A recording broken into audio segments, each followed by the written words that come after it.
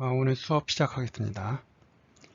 여러분들이 이제 한 학기 동안에 이제 3학점에 해당하는 이제 귀중한 시간을 써서 이제 수치 컴퓨팅 및 GPU 프로그래밍 과목을 수강하는데 이 과목에서 여러분들이 이제 어떤 거를 배울지에 대한 전체적인 윤곽을 잡고 가는 게 좋을 것 같아서 이렇게 한번 그림을 그려봤습니다. 그래서 간략하게 기본적으로는 저번 주에 강의에서 살펴봤는데 오늘은 이제 짧게 좀 더 구체적으로 여러분들이 이제 뭘 배울지에 대해서 한번 더 보도록 하겠어요. 그래서 우리가 살면서 여러 가지 이제 문제들을 이제 해결을 해야 되는데, 이제 여러분들이 이제 추구하는 이제 소프트웨어 개발자, 하드웨어 개발자들이 컴퓨터라는 도구를 사용해서 이런 이제 우리 실생활에서 나타나는 여러 문제들을 이제 해결해주는 좋은 이제 소프트웨어, 하드웨어를 이제 개발을 하겠죠. 근데 이런 문제들을 이렇게 보면 딱 이렇게 칼같이 뭐 두 개로 나눠지는 건 아니겠지만 많은 문제들이 디스크리트 스페이스에서 정의된 문제들이 있어요. 예를 들어서 우리 서강대학교 학생들 이름, 주소, 그다음에 알고리즘 성적 해갖고 그렇게 이런 리스트가 있을 때 그 학생들을 이름 순서대로 나열을 하라. 그럼 이름이라는 거는 캐릭터, 한 개, 두 개, 세 개 나열할 수 있는 그런 기본적으로 인테저 타입의 또는 자연수 타입의 또는 캐릭터 타입의 값으로 정의된 숫자를 정렬하는 문제니까 그런 문제들은 이제 디스크리트 스페이스에서 정의됐다고 생각하면 되겠죠. 이제 그런 문제들은 여러분들이 자료 구조나 알고리즘에서 배운 그 디스크리트 알고리즘을 써서 이제 해결하면 되는데, 세상에는 이제 그런 문제뿐만 아니라 컨티뉴어스 스페이스에서 정의된 문제들이 너무나 많습니다. 어떻게 보면 내 개인적인 생각으로는 그 문제들이 훨씬 더 많죠. 왜? 우리가 살고 있는 이 피지컬 월드는 연속 공간이잖아요. 우리가 위치하고 있는 3차원 공간에서의 좌표 x, y, z를 인테저로 표현하지 않죠. 실수, 리얼 넘버를 표현하잖아요. 그 다음에 시간도 리얼 넘버죠. 그러면은 이 실수라는 거는 디스크리트 스페이스를 정의하는 그 대표적인 자연수, 정수, 유리수처럼 한 개, 두 개, 세 개 나열할 수 있는 게 아니라 그 연속 공간에서 무한계가 존재하는, 똑같이 정수, 자연수, 유리수도 무한계가 존재하고 실수도 무한계가 존재하지만 이쪽은 한 개, 두 개, 세 개 나열할 수 있는 디스크리트한 그런 대상이고, 이쪽은 한 개, 두 개, 세 개 나열할 수 없는 그 연속 공간을 정의하는 그런 그 숫자잖아요, 실수가. 그래서 그런 이제 연속 공간에서 정의된 수많은 문제들 를 여러분들이 잘 해결할 수 있으면, 특히 이제 여러분들이 소프트웨어 개발자가 됐을 때 그러한 문제들을 잘 해결해 주는 소프트웨어를 잘 짤 수 있으면 이 디스크리트 스페이스 알고리즘만 하고자 하는 어떤 사람들보다는 훨씬 여러분들이 세상을 살아가는데 더 많은 툴을 갖게 되는 거예요.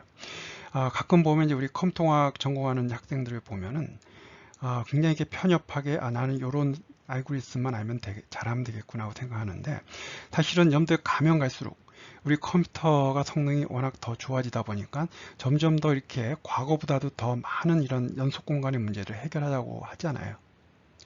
요즘 유행하는 대표적인 인공지능, 빅데이터니 또는 컴퓨터 그래픽의 가상현실, 증강현실, 그런 건 다 그 연속 공간에서 정의된 문제들이거든요.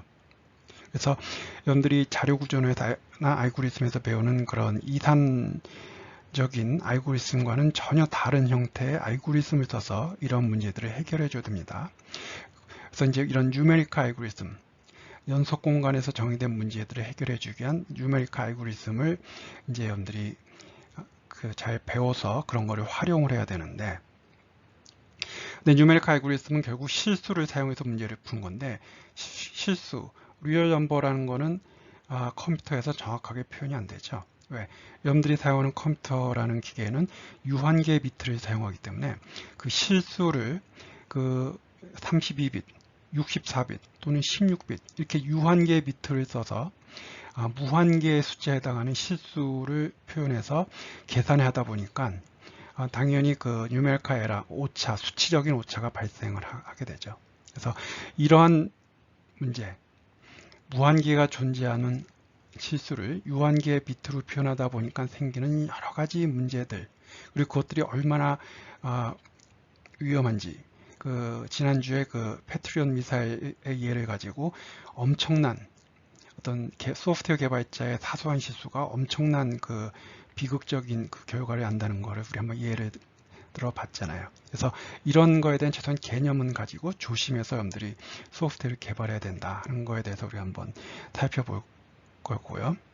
그 다음에 이제 스테빌리티, 안정성 문제인데, 이거는 이 문제하고는 좀 달라요. 뭐 이런 수치적인 오차로 생기는 뭐 문제가 아니라 어떤 뉴메리컬 알고리즘이 안정적이다, 안정적이지 않다는 것은 그 알고리즘 자체, 알고리즘의 자체로 인한 문제로, 어떤 경우에는 이 알고리즘을 계속 돌다 보면 완전히 이게 숫자가 이상하게 나와버리는 경우가 있어요. 이거는 알고리즘 자체의 문제거든요.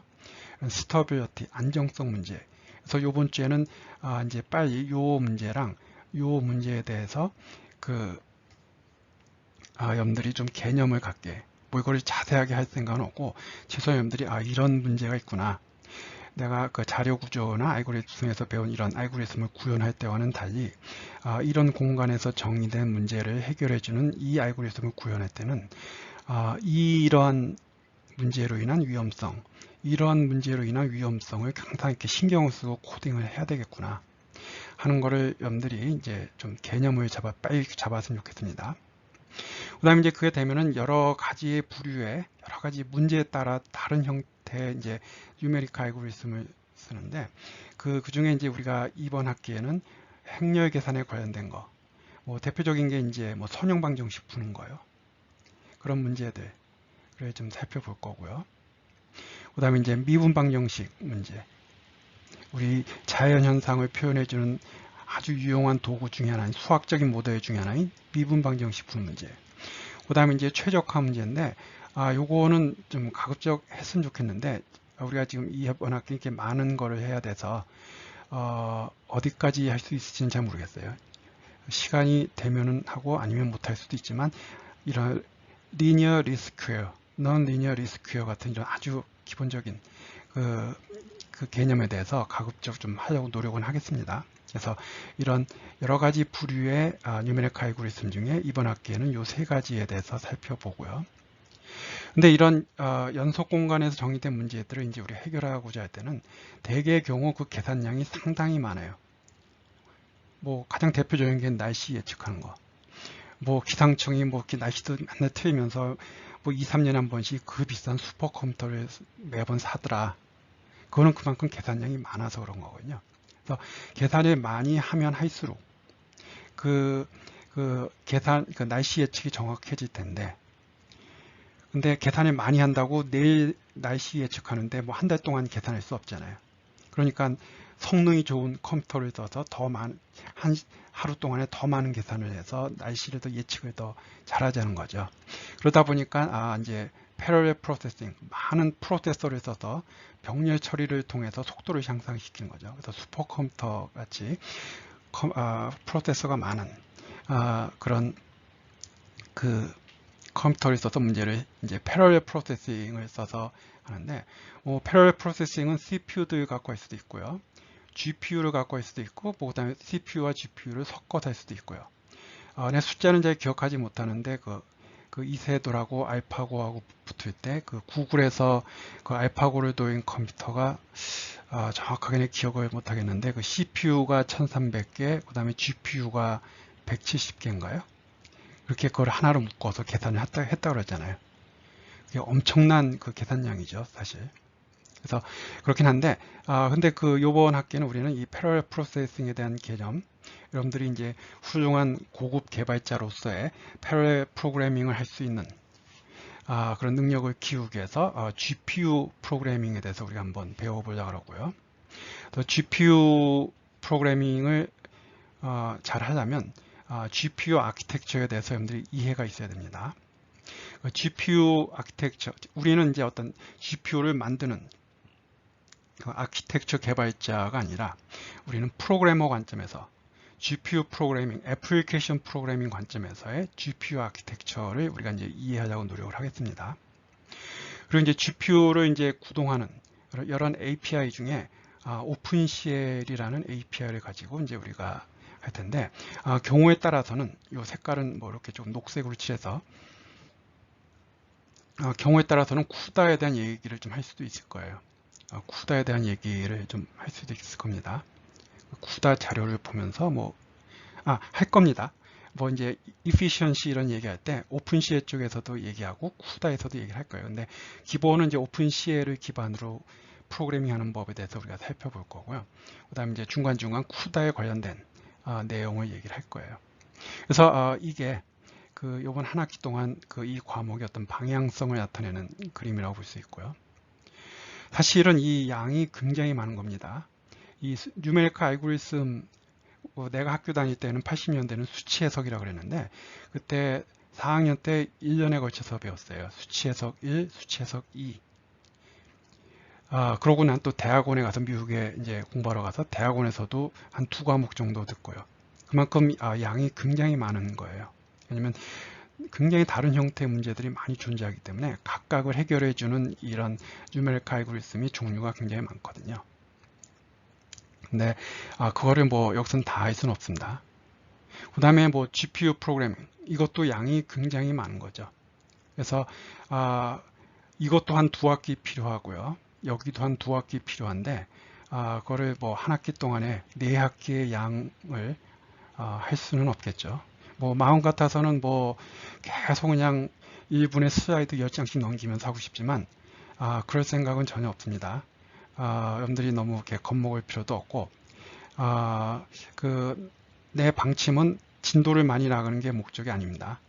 여러분들이 이런 개념을 정확하게 잡아서 필요할 때 여러분들이 공부할 수 있는 그런 상태를 만드는 게 내 지금 이 강의의 목적이지. 진도는 한 4학기 정도 나갈 만큼 강의 자료는 있어요. 근데 그거를 다 안 할 거예요. 꼭 핵심이 되는 내용만 천천히 반복적으로 얘기해서 기본적인 개념 잡고 이쪽에서 기본적인 개념 잡아서 여러분들이 이런 쪽에 필요성을 느끼고 흥미를 느낄 수 있게만 하면 그리고 이런 대상이 있다라는 것을 여러분들이 알게 되면 나중에 필요하면 여러분들이 그때 가서 공부해야 되는 거거든요. 대학 졸업한다고 끝이 아닙니다. 항상 내 수업을 들을 때 내가 매번 하는 얘기지만 여러분들은 대학에서 공부를 단순 지식을 배워나가는 차원에서 하는 게 아니라 전공 분야에서 문제를 해결하는 법, 어떻게 하면 새로운 문제가 나타날 때 어떤 정보를 파인에 정보를 가져다가 이해를 하고 그 다음에 어떤 프로그래밍 API를 알아야 되는지 그럼 그 프로그래밍 API를 가지고 프로그래밍 하려면 어떤 자료를 봐서 빨리 해야 되는지 그런 내가 스스로 공부하는 법을 여러분들이 배워나가는 그런 게 중요하다고 여러 번 얘기했습니다. 그렇죠? 어떤 새로운 거에 대해서 내가 어떻게 이 문제를 빨리 해결할 수 있는 그게 바로 문제 해결 능력이에요. 누누이 얘기하지만 여러분들이 훌륭한 소프트웨어, 하드웨어 개발자로서 살아가는데 알아야 될 게 100개 정도 있다면 학교에서 배워나가는 거는 10개도 안 될 거예요. 여러분들 전공은 지금 코로나 사태 때문에 경제가 안 좋아서 조금 취업에 어려움을 겪을 수도 있지만 그래도 여러 분야 중에서는 가장 전망이 좋은 최소한 여러분들이 살아있는 동안에는 점점 더 수요가 필요한 훌륭한 소프트웨어의 수요가 가면 갈수록 늘어나는 그런 분야잖아요. 그렇죠? 그러니까 여러분들이 그런 좋은 분야의 공부를 하는 건데 이런 분야들의 특징은 계속 빠르게 변해요. 정체된 게 아니라 계속 빠르게 변하기 때문에 여러분들은 대학에서는 이런 단순 지식만 배워나가면 그게 여러분들의 한참 일할 15년 후, 20년 후에는 별로 필요 없는 것들도 막 생기게 되는데 여러분들이 공부하는 법을 배워나가면 일하는 법을 배워나가면 여러분들이 세상이 아무리 빨리 변해도 그걸 점진적으로 쫙 쫓아갈 수가 있게 되는 겁니다. 그래서 이 많은 양을 꼭 필요한 것만 이렇게 차근차근 그렇게 반복적으로 할 거니까 이렇게 너무 진도나 그런 거에 부담을 가질 필요는 없어요. 그렇지만 이거는 어떻게 보면 그 학부 과목과 대학원 과목의 중간 정도 되는 거니까 조금 관심을 가지고 노력을 할 필요는 있을 겁니다.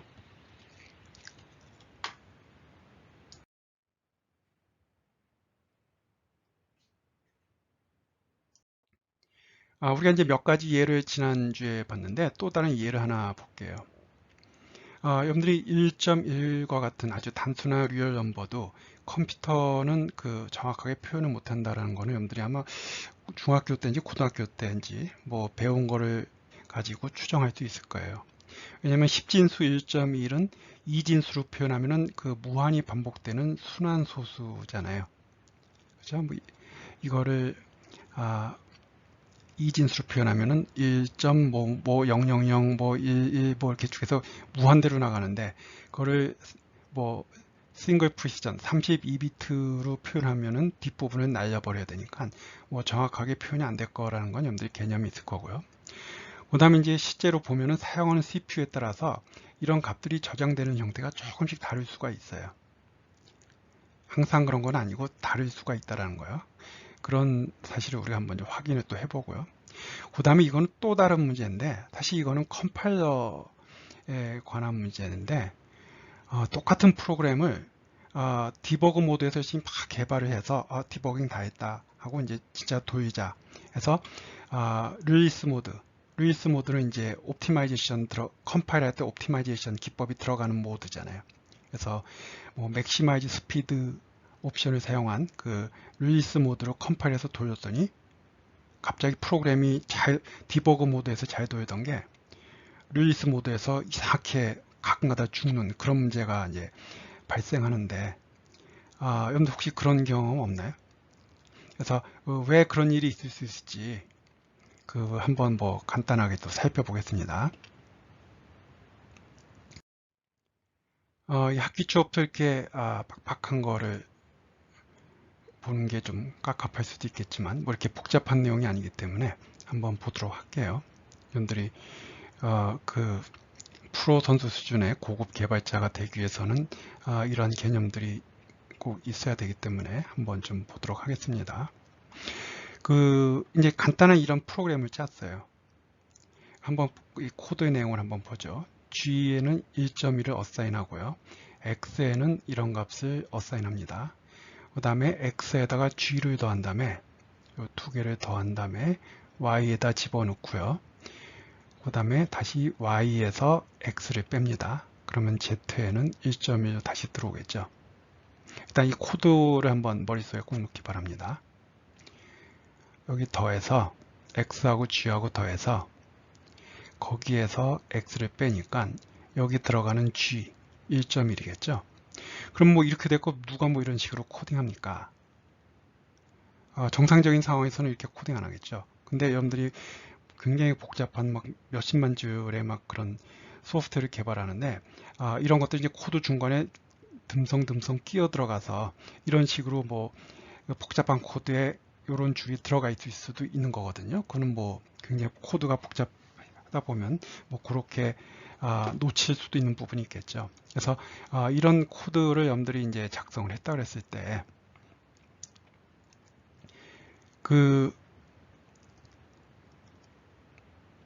당연히 이렇게 계산을 한 다음에 이 z값을 출력을 해보면 1.1이 나와야 되잖아요. 이거는 왜 그래요? 여러분들이 초등학교 때 배운 산수에 의해서 1.1이 나와야 돼요. 근데 그거는 여러분들이 초등학교 때 배운 산수고 여러분들이 그 대학에서 배운 수치 컴퓨팅에서는 이 z가 1.1이 안 될 수도 있다라는 생각을 가지고 여러분들이 코딩이 들어가야 됩니다. 만약에 이게 모두 정수다. 정수 같으면은 이런 식으로 계산하면 정확한 값이 나올 거예요. 뭐 오버플로우만 나지 않는다면, 언더플로우만 나지 않는다면 이 값들이 다 정수 타입이라면, 이뉴머러블 할 수 있는 정수 타입이라면 정확하게 G하고 Z하고 같은 값이 나올 거예요. 근데 그거는 인테저를 사용할 때 또는 여러분들이 초등학교 때 배운 수학의 산수의 세상에서는 그런데 플로팅 포인트 넘버를 가지고 리얼 넘버를 다루는 부동소수점 숫자로 실수를 다루는 이 세상에서는 이 Z가 1.1이 안 될 수도 있다라는 여러분들이 그런 생각을 가지고 코딩을 해야 됩니다.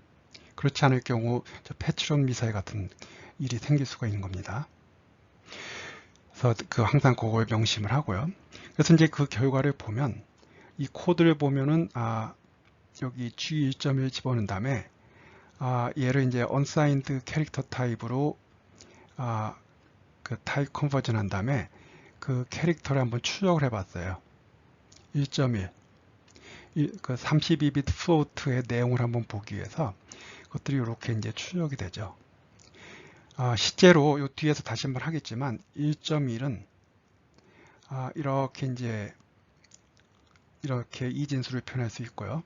그거를 이제 요거는 이제 내용을 이제 뒤에서 볼 거기 때문에 빨리 그냥 결과만 얘기하면 이게 바로 그 32비트 1.1이라는 숫자가 1.1이라는 10진수가 컴퓨터에 들어가는 이진수 그 floating point 넘버입니다. 싱글 프리시전 32비트를 사용하는 그 1.1이고요. 그래서 요거를 이제 헥사데시말로 표현하면 이제 4바이트가 되는데 여기서는 이제 1.1을 추적한 게 리틀 엔디안으로 되어 있어서 3F 그다음에 8C 여기 8C 그다음에 CC CD가 이렇게 순서가 바뀌어서 리틀 엔디안으로 이게 리틀 엔디안이죠. 항상 리틀 엔디안, 빅 엔디안 헷갈리는데 이게 그 윈도우스에서는 리틀 엔디안 쓰죠. 그래서 그런 식으로 이제 이렇게 정확하게 1.1이 추적이 되고 있어요. 바로 이 값이 추적이 되고 있죠. 거기서 이제 X를 어사인 하고요. 그 다음에 X하고 G를 Y에다 어사인해서 각각 추적을 해봤어요. 각각 추적을 해봤습니다. 그래서 이 값이 나와야 되는데 뭐가 나오나 봤더니 1.1345678906225 그래서 이렇게 나가요. 10의 5승이니까 지금 크기는 맞고 있고요. 그럼 여기 보면은 1.23456.7890인데 1.234567890까지는 갔는데 625는 뭡니까? 이거는 가비지입니다. 가비지. 여러분들이 이제 곧 뭐 이미 알고 있는 학생도 있고 곧 알겠지만 이런 32비트를 사용하는 싱글 프리시전 넘버를 10진수로 표현했을 때 믿을 수 있는 거는 뭐 5에서 한 7개 정도밖에 그 정도밖에 표현을 못해요. 10진수를 32비트를 사용하는 싱글 프리시전 플로팅 포인트 넘버는 10진수로 봤을 때 그 매그니튜드에 따라서 다른데 한 5자리에서 7자리 정도. 그러니까 이거는 뭐 정확하게 지금 요 값이 추적이 된 거예요. 이 뒤는 사실 추적할 필요도 없어요. 이건 아무 의미 없는 값입니다. 그 다음에 거기에다가 이제 그 x에다가 g 즉 여기에다가 1.1을 더한 거 1.1을 더한 게 이게 나와야 되는데 이것도 보면 1, 2, 3, 4, 5, 7, 8, 9, 0이니까 이것도 뭐 왜 정확하게 나와야 될 건 이건데 위에 거에다가 1.1 더한 거예요. 위에 거에다 1.1 더한 거. 그래서 여기 10의 5승이 있으니까 1.23457 8890이니까 뭐 반올림해서 뭐 이 정도 나올 수도 있겠구나 하고 뭐 여기까지는 됐어요. 그래서 그 상태에서 빼서 이제 Z의 1.1이 되죠. 그래서 1.1 한번 추적을 해봤어요. 그래서 1.1이 나와야 되는데 뭐가 추적이 됐나 봤더니 1.1015625 땡땡땡 여기서 이제 문제가 발생한 거죠. 왜? 1.1이 나와야 되는데 실제로 추적된 값 벌써 여기 뭐 유효 숫자 하나 둘셋 네 번째부터 문제가 발생하기 시작했죠. 네 번째부터 1562 이건 말도 안 되는 값이 지금 나오고 있잖아요. 그래서 진짜 정확한 1.1 봤을 때 여기가 00 즉 여기 이 2바이트 값이 다 0으로 그냥 날아가 버린 거예요. 원래는 1.1은 이렇게 돼서 CCCD 해야 되는데 여기가 0000에서 다 날아가 버린 거죠. 이게 뭐 이제 알고 있는 학생도 있고 또 처음 배우는 학생도 있겠지만 비슷한 숫자끼리의 뺄셈을 하면서 이제 유효 숫자를 잃어버리는 그 심각한 그 문제가 발생을 한 거죠. 그래서 그런가 보다. 이거는 뭐 어쩔 수 없나 보다. 근데 이 경우는 어떤 경우냐면 좀 옛날 자료이긴 하지만 뭐 이런 문제는 뭐 어떤 컴퓨터에서도 나타날 수 있는 거니까 옛날 펜티엄 3이긴 하지만 그때 이제 비주얼 스튜디오에서 컴파일할 때 그 디버그 모드로 컴파일한 거예요.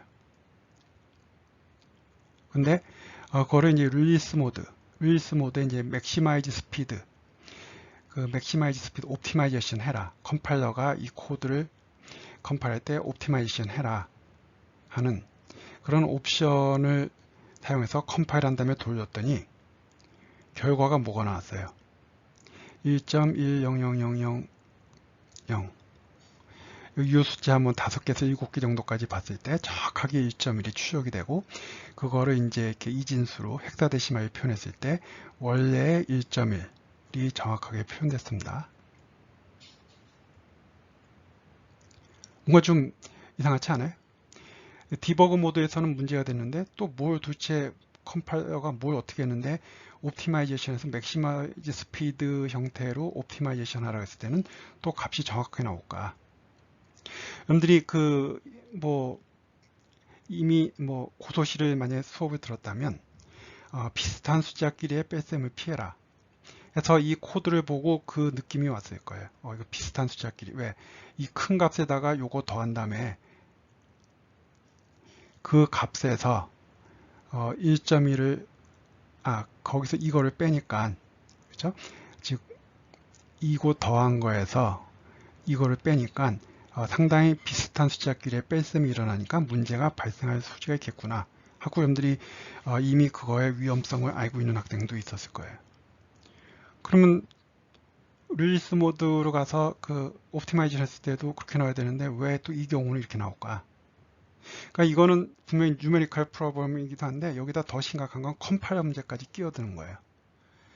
그러니까 이런 부류의 이제 버그, 이게 사실 버그라고 얘기할까요? 이런 문제가 발생했을 때, 그리고 코드가 지금 이렇게 4주짜리 간단한 코드가 아니라 한 40만 주짜리 코드에 이런 것들이 중간중간 섞여 있으면 디버깅 다 해서 됐다고 생각하고 디버그 모드에서 예를 들어서 릴리스 모드로 가서 진짜 컴파일까지 다 한 다음에 라이브러리 형태까지 다 만들어 갖고 이렇게 자랑스럽게 돌리는데 거기서 뻑하게 되면 이런 문제들을 참 버그 잡는 게 정말 어려운 경우가 굉장히 많아요. 나도 박사과정일 때 이제 우리 같은 대학원에 있는 우리 박사형들하고 같이 이제 소프트웨어 공동 개발할 때 하여튼 한번 그 연구실이 뒤집어진 그런 나이 난 적이 한번 있었어요. 근데 사실은 그 문제를 결국 나이 난 다음에 한 달 동안 잡으려고 그랬는데 못 잡았거든요. 그래서 그 얘기는 혹시 기회가 되면 한번 얘기할 텐데, 이런 것들이 굉장히 큰 코드에 살짝 숨겨져 있으면은 왜 이렇게 컴파일할 때마다 값이 다를까? 이건 컴파일러의 버그가 아닐까? 또는 인텔 프로세스의 문제가 아닐까? 이렇게 온갖 그 잡생각이 드는데, 근데 결국은 다 프로그래머의 이해 부족에 의해서 나온 겁니다. 그래서 이 문제를 한번 이유를 볼게요. 지금 여기에서 지금 이 디버그 모드에서는 비슷한 숫자끼리의 뺄셈이 일어나서 이런 문제가 발생한 거고, 그러면 왜 이 릴리스 모드, 그러니까 요게 지금 여러분들이 요 문장이 조금 여러분들이 헷갈릴 수 있는데, 그냥 간단하게 얘기해서 요즘 비주얼 스튜디오의 디버그 모드와 릴리스 모드라고 생각하면 됩니다. 네, 릴리스 모드의 옵션이 이제 맥시마이즈 스피드로 선택한 경우인데, 이 문제, 디버그 모드에서는 내가 어느 정도 알고 있는 비슷한 숫자끼리의 뺄셈으로 인한 유효 숫자 날아가는 문제. 근데 여기서는 뭔가 매직이 발생해서 마법 같은 일이 나서 또 릴리스 모드에서는 정확하게 되는 그 원인을 한번 보도록 하겠습니다. 비슷한 숫자끼리의 뺄셈의 문제는 이제 뒤에서 한번 또 다시 볼 거기 때문에 그 문제가 있다라는 사실을 가지고만 일단 얘기할게요. 그러니까 혹시 아직 그 내용에 대해서 처음 듣는 학생은 뒤에서 이해를 하면 되고, 요게 이제 비슷한 숫자끼리의 뺄셈에 해당하는 문장이죠. 그래서 비극은 여기서 발생합니다. 지금 y는 1점이라고 요 큰 수 더한 거고 x는 이거니까 상당히 비슷한 숫자끼리의 뺄셈이 일어났잖아요. 이제 비극은 이 문장에서 일어나는데, 이제 이거를 한번 컴파일해서 어셈블러 코드를 보겠습니다.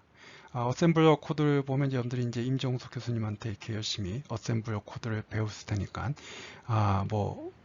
대략 1구주도 알고 할 줄도 알겠죠. 많이들 안 하니까. 근데 필요에 따라서는 또 살다 보면 어셈블러 코드도 건드려야 될 경우들이 있습니다. 그리고 가끔 시간 나면 여러분들이 그래도 나 소프트웨어 개발자로서 프로 선수가 되려는 사람들이 되니까 가끔은 내가 코딩한 게 어떻게 컴파일 되는지 한번 이렇게 추적해서 뭐 가끔 이렇게 보는 것도 나쁘지 않을까 합니다.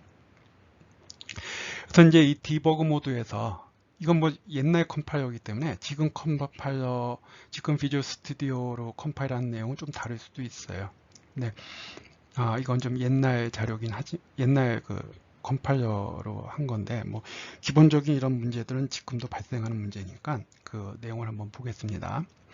그래서 G는 1.1 어사인하는 거. 그래서 뭐 move 하겠죠. 뭐 이 상수값, 리터럴 값을 1.1을 뭐 move 할 거고요. 뭐 아마 나는 내가 학교 다닐 때 배운 어셈블러는 다른 부류의 컴퓨터 어셈블러라서 이런 인텔 계열의 어셈블러는 나보다 여러분들이 더 잘할 거라고 믿습니다. 그래서 요건 뭐 추적하는 부분이니까 넘어가고요. 그 다음에 이제 그 다음 문장, 두 번째 문장 보면은 마찬가지로 이 리터럴 상수값을 move에서 x에다가 이제 어사인 합니다. 그 더블 워드니까 이게 32비트 다 오퍼레이션이죠. 더블 워드니까요. 그 다음 이제 세 번째 문장. 이 문장은 어떻게 번역했냐면은 x를 로드해서 g를 add한 다음에 그 결과를 y에다 스토어하잖아요. 여러분들이 어셈블러 때 배운 그 전형적인 그 코딩이 돼서 바로 컴파일러가 이런 코드를 생성을 했고요. 그 다음에 길어서 잘렸는데 이제 비극의 문장, 비극을 발생시키는 이 문장도 마찬가지로 이런 식으로 됐을 거라 이거예요. 뒤에 나옵니다. 요거 뭐 잘라버리긴 했지만 그래서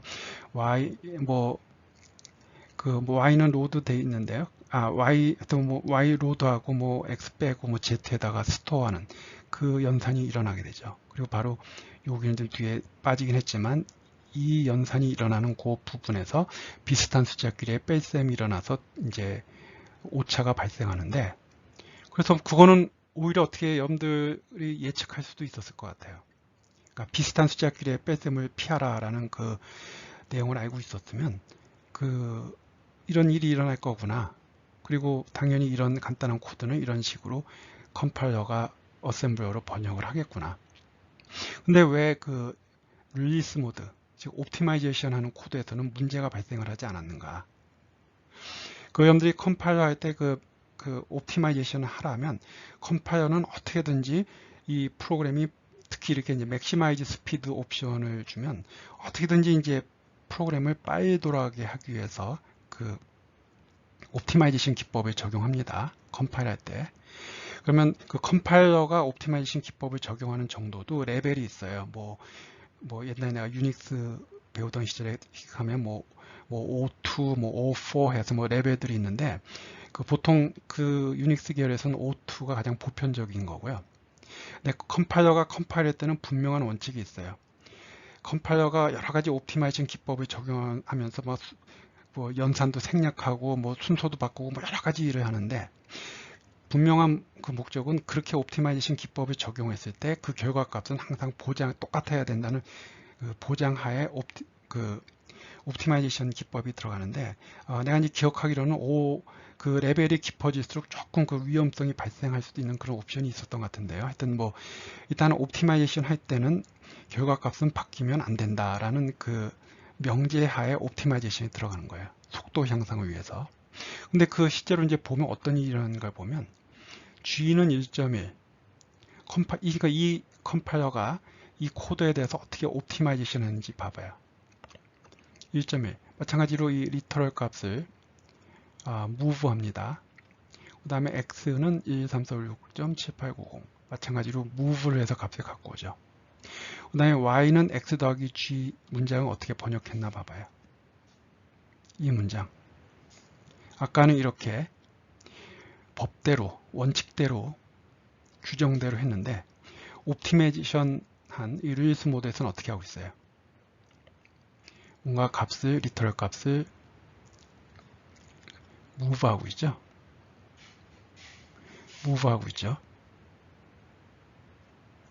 이게 뭔가 왜? 컴파일러가 막 분석을 해봤더니 이거에다가 그 다음에 이 문장은 이거 더한 건지 알잖아요. 그러니까 실시간으로 계산을 안 하고 미리 컴파일할 때 유효 비트를 그 32bit보다 훨씬 더 많이 써서, 그게 뭐 몇 개 쓰죠? 그거는 컴파일러마다 다를 텐데 64bit보다 더 많이 쓰지 않나요? 한 80bit 쓰지 않나요? 그거는 내가 정확하게 확인해 봐야 되는데, 상당히 이 값을 가급적 정확하게 계산을 해서 그냥 그 계산한 값을 어사인해 버리는 거예요. 그렇게 함으로써 이 세 개의 어셈블러 명령어를 생략할 수 있게 함으로써 속도가 빨라지는 거죠.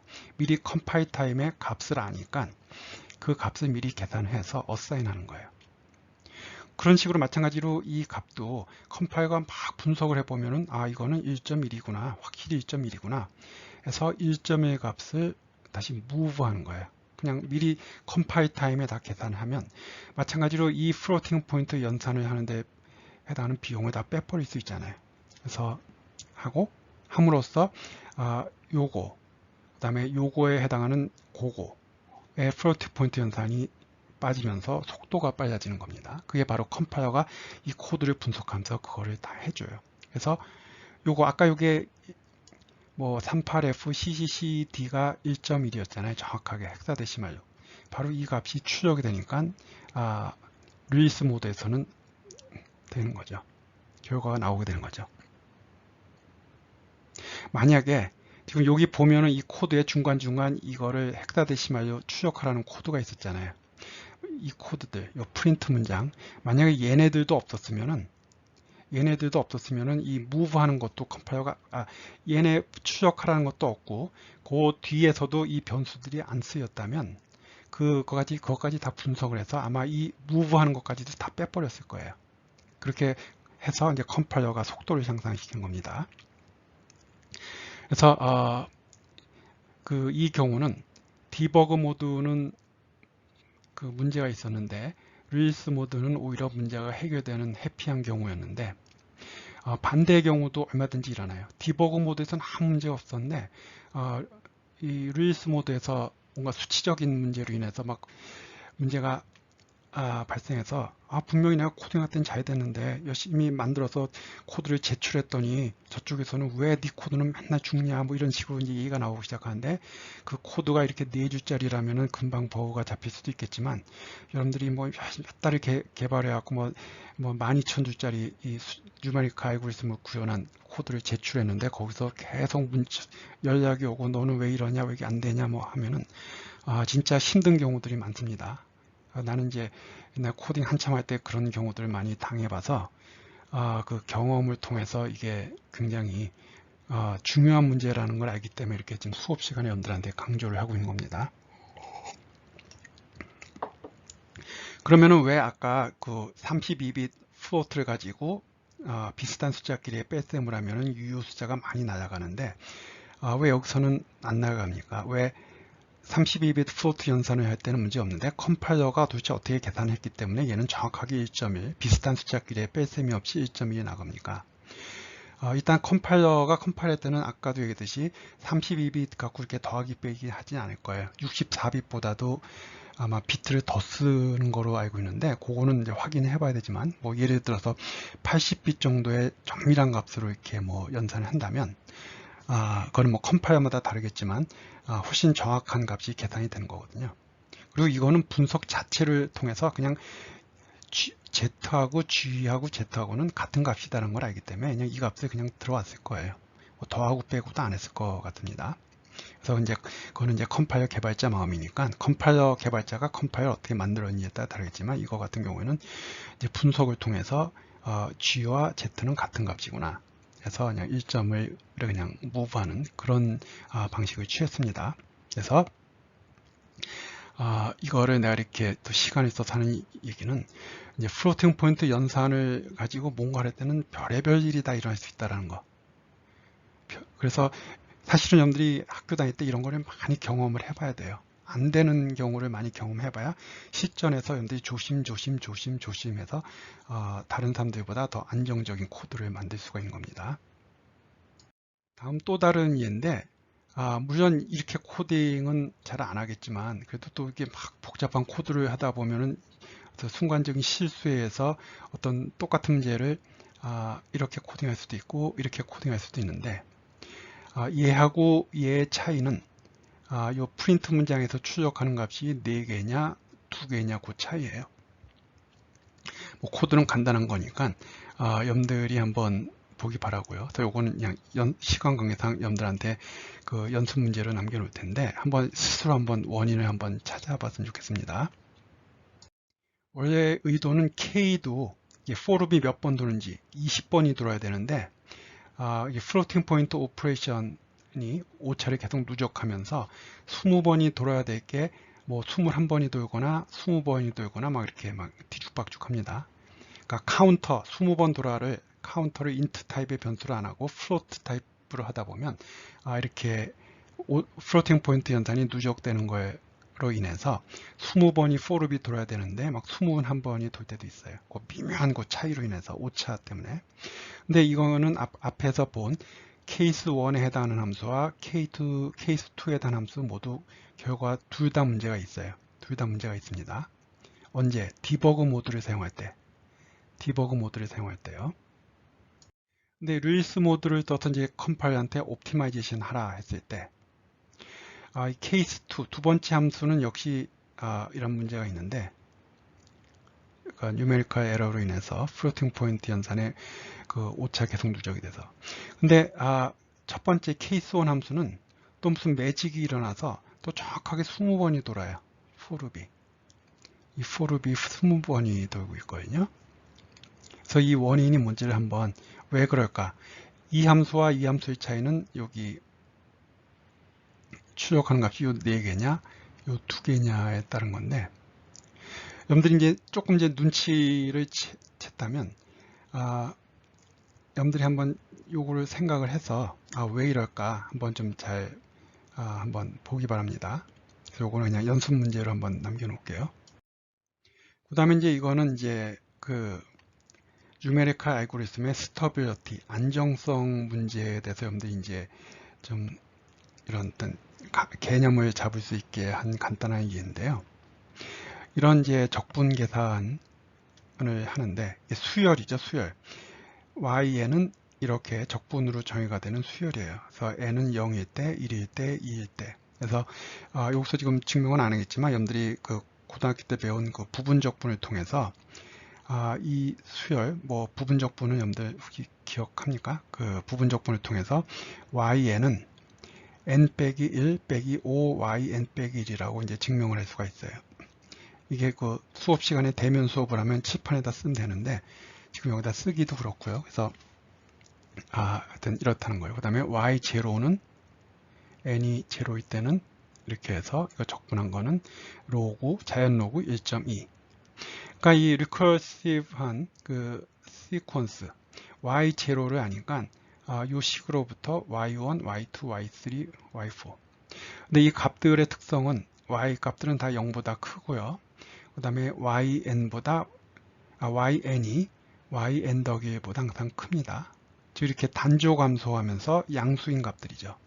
n이 증가할 때 단조 감소하면서 양수. 뭐 당연히 그렇겠죠. x는 0하고 1 사이의 값인데 n이 커질수록 이 값이 쪼그라드니까 적분한 값이 작아지겠죠. 그러니까 이렇게 값이 점점점 단조 감소하는 그거예요.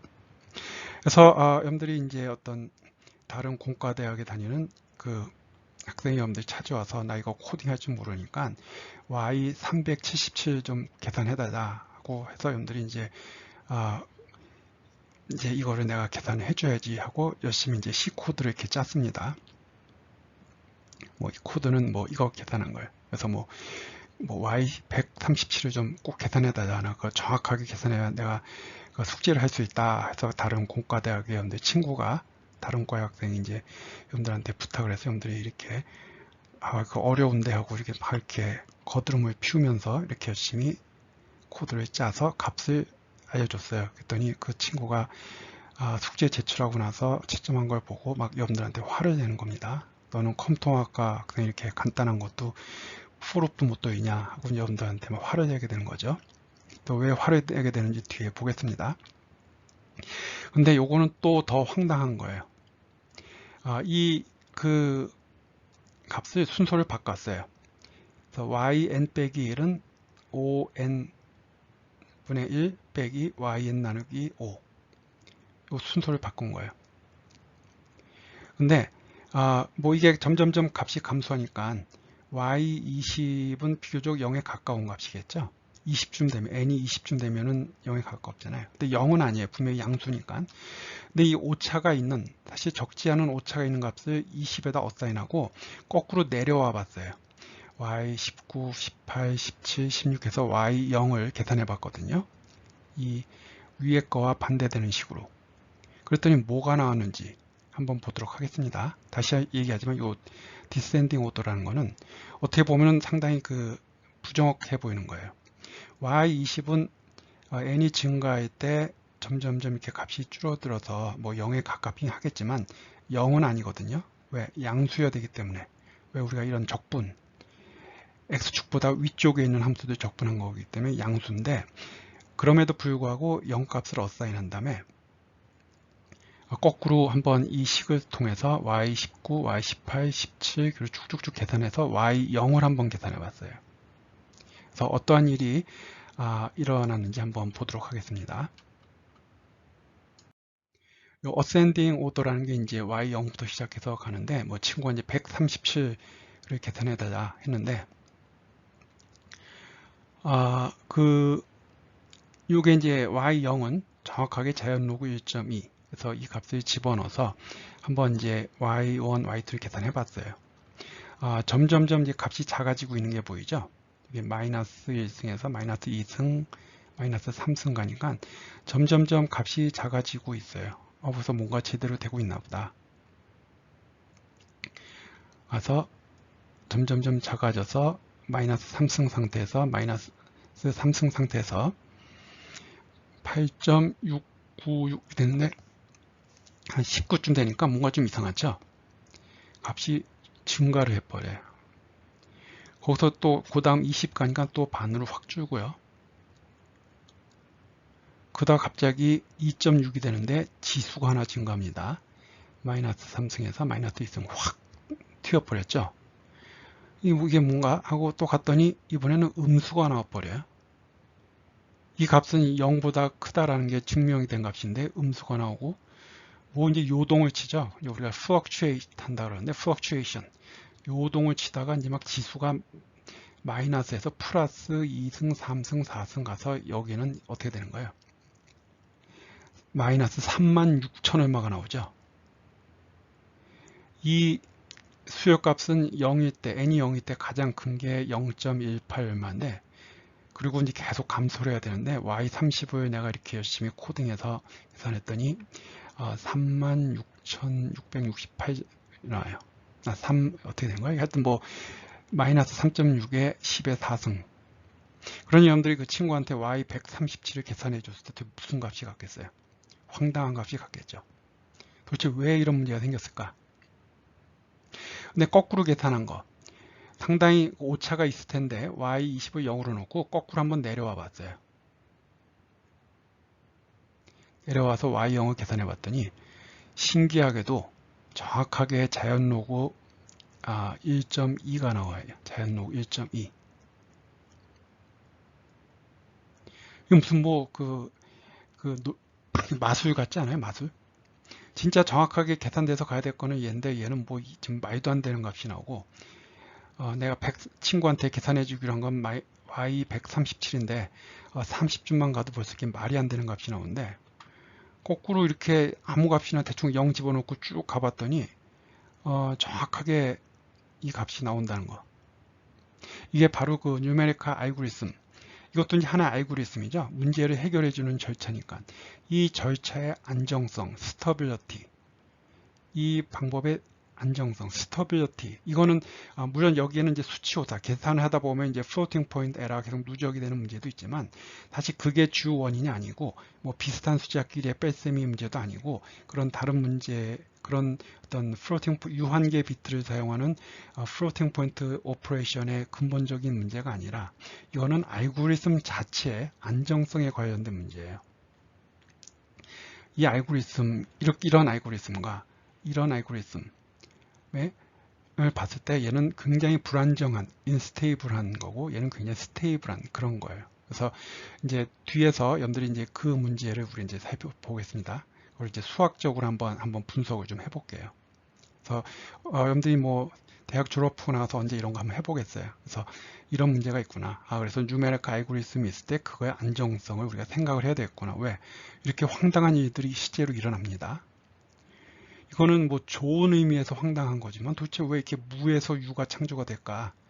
무에서 유가 창조가 된 거잖아요. 도대체 이런 문제가 왜 발생을 할까?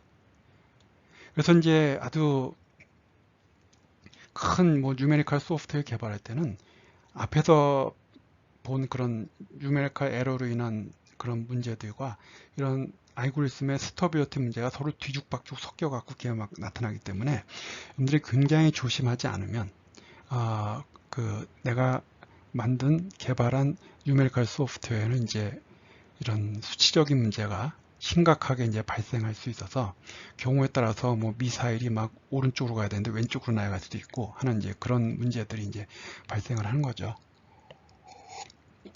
그럼 나 같은 사람이 뭐 미사일을 날아가는 컨트롤 소프트웨어를 개발할 수 있을까? 뭐 여러분들이 졸업하고 가서 살다 보면은 또 국방과학연구소에 가서 또 그런 소프트웨어 개발할 수도 있잖아요. 그럼 여러분들이 개발한 게 그런 컨트롤에 들어갈 수도 있는 거고요. 소프트웨어가. 그래서 항상 내가 하는 얘기지만 세상에서 제일 중요한 게 뉴메리컬 컴퓨팅도 아니고 GPU 컴퓨팅도 아니지만 여러분들이 이런 거에 대한 개념이 있으면 여러분들이 살아갈 때 활용할 수 있는 툴의 개수들이 많아진 겁니다. 그게 중요한 겁니다. 그래서 학교 다닐 때는 많은 과목을 다양하게 듣는 게 그래서 중요한 거예요. 그래서 이런 이제 황당한 값이 나오는 또는 더 황당하게도 뭐 그 해피엔딩으로 끝났지만 이런 문제를 이제 뒤에서 수학적으로 한번 분석을 해보도록 하겠습니다. 이 결론의 내용은 뭐 앞에서 얘기한 거를 쭉 정리한 거니까 여러분들이 한번 읽어보기 바라고요. 이제 어느 정도 큰 소프트웨어 경우에는 이 수치 계산 결과의 정확도에 대한 분석이 매우 어려운 경우가 많이 있어요. 그래서 결국 여러분들이 코딩을 할 때 굉장히 조심을 해야 되고요. 그러기 위해서 여러분들이 많은 경험을 해야 되고 또 관련된 이론을 한번 공부할 필요도 있을 것 같아요. 그래서 이제 그게 지금까지 이제 몇 가지 예를 살펴본 게 이러한 세상이 있다. 이런 거가 있구나 하는 걸 여러분들이 좀 이렇게 경각심을 갖도록 하기 위해서 내가 만든 몇 가지 예를 가지고 한번 이렇게 좀 살펴봤습니다.